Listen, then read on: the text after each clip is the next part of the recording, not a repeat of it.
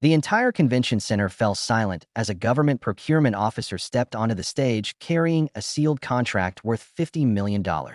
Engineers, investors, and corporate executives leaned forward in anticipation, expecting one of the industry's biggest companies to be announced as the winner. Instead, the official walked past every executive in the front row and stopped in front of a quiet single father sitting near the back. Confused whispers spread across the room. Some people recognized him immediately. Others couldn't understand why a mechanic wearing a simple work jacket was being handed the most valuable engineering contract of the year. Then one woman nearly dropped her glass when she realized exactly who he was. 14 days earlier, she had publicly laughed at his engine design and called it scrap. Daniel Brooks never planned on becoming an inventor. He never planned on becoming a businessman either. His greatest ambition was much simpler than that. After losing his wife to cancer 6 years earlier, Daniel dedicated his life to raising his 10-year-old son, Noah. During the day, he operated a small repair shop on the edge of town. At night, after Noah fell asleep, he worked on engineering projects that most people considered impossible. Friends often told him he was wasting his time. Investors ignored him. Banks rejected him. Yet Daniel continued building prototypes because he believed transportation technology could be made cleaner, cheaper, and dramatically more efficient. Every spare dollar he earned went into tools, testing equipment, and materials. The workshop wasn't impressive. The roof leaked when it rained. The office furniture looked decades old. But hidden inside that humble building was an engine design Daniel had spent nearly 8 years developing. While giant corporations spent billions improving existing technology, Daniel was attempting something different. He wanted to create a compact engine capable of producing significantly more power while consuming far less fuel. The idea sounded unrealistic. Industry experts claimed it couldn't be done. Yet every night he returned to the same workbench, convinced that persistence would eventually succeed where resources had failed. More importantly, he dreamed of building a future that would make Noah proud. As development costs increased, Daniel's situation became increasingly difficult. Some months, he barely broke even. Customers kept the repair shop alive, but the engine project consumed almost everything else. There were evenings when he skipped meals to save money for replacement components. There were nights when he worked until sunrise before opening the shop a few hours later. Noah noticed the sacrifices but never complained. Instead, he often sat nearby doing homework while his father tested parts and studied diagrams. Their lives became a cycle of hard work, determination, and hope. Everything changed when a National Engineering Expo announced a competition for next-generation transportation technology. The winner would receive access to government testing programs and potential commercial partnerships worth millions. For Daniel, it represented the opportunity of a lifetime. Entering the competition required nearly every dollar he had left. If he failed, years of work could disappear with nothing to show for it. Yet if he succeeded, the future he imagined for himself and Noah could finally become reality. After weeks of deliberation, he submitted his prototype. The competition attracted some of the biggest corporations in the country. Massive booths displayed futuristic technology. Investors filled the exhibition halls. Television crews covered the event. Daniel arrived with a trailer, a pickup truck, and a prototype assembled largely by hand. Compared to the polished corporate displays surrounding him, his presentation looked almost amateur. But Daniel wasn't concerned about appearances. He trusted the engineering. One of the event's most influential attendees was Victoria Reynolds, CEO of a major transportation company.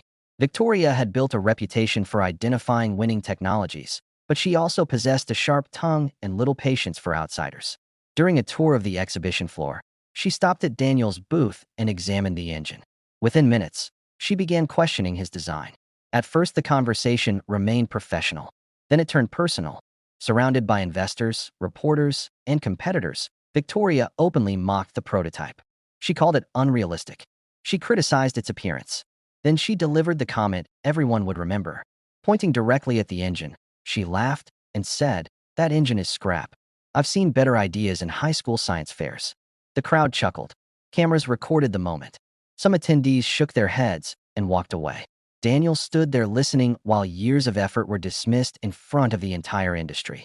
That evening, he returned to his hotel room, carrying the weight of public humiliation. For the first time in years, doubt began creeping into his mind. Had everyone else been right? Had he wasted nearly a decade chasing an impossible dream? Noah called before bedtime and asked how the competition was going. Daniel forced a smile into his voice and told his son everything was fine. After ending the call, He sat alone staring at the prototype diagrams spread across the table. Quitting would have been easy. Continuing required courage. What Victoria didn't know was that Daniel had intentionally withheld one critical component from the public demonstration. The engine displayed at the expo was only part of the system. The true breakthrough existed inside a proprietary efficiency module he refused to reveal until testing was complete. While critics focused on appearance, Daniel focused on performance. Following the expo, a government engineering team agreed to conduct independent testing after reviewing technical data that never appeared in public presentations. Over the next 2 weeks, those tests produced results that shocked everyone involved. The prototype exceeded efficiency expectations. It generated remarkable power output.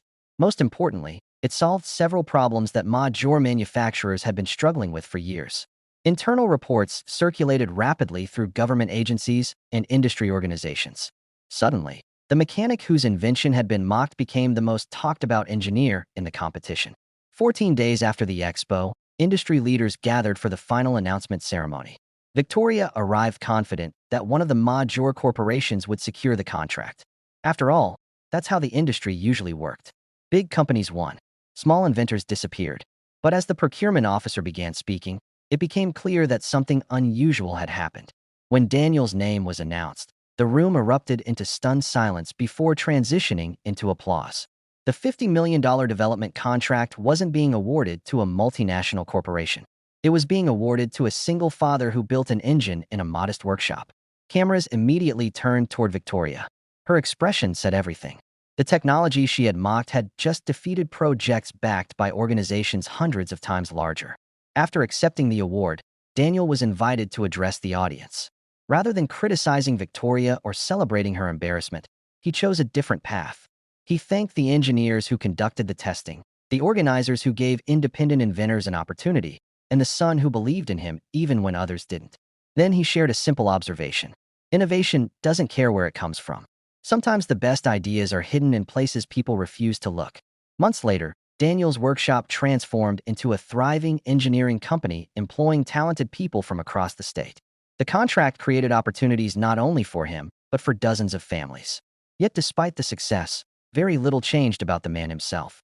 He still drove the same pickup truck. He still spent evenings helping Noah with homework. And he still remembered the years when nobody believed in him. Those struggles became part of the foundation that made success meaningful. One afternoon, Noah visited the new facility and watched engineers working on systems inspired by his father's original design. Looking around, he smiled and asked whether all the difficult years had been worth it. Daniel looked at his son and answered honestly. The contract was wonderful. The recognition was rewarding. But the real victory was never giving up when quitting seemed easier. That's a lesson worth more than $50 million. And if this story reminded you that persistence often outlasts criticism, remember that today's impossible dream may become tomorrow's breakthrough. If you enjoyed the story, don't forget to like, share, subscribe, and leave a comment about a goal you refuse to abandon despite the odds.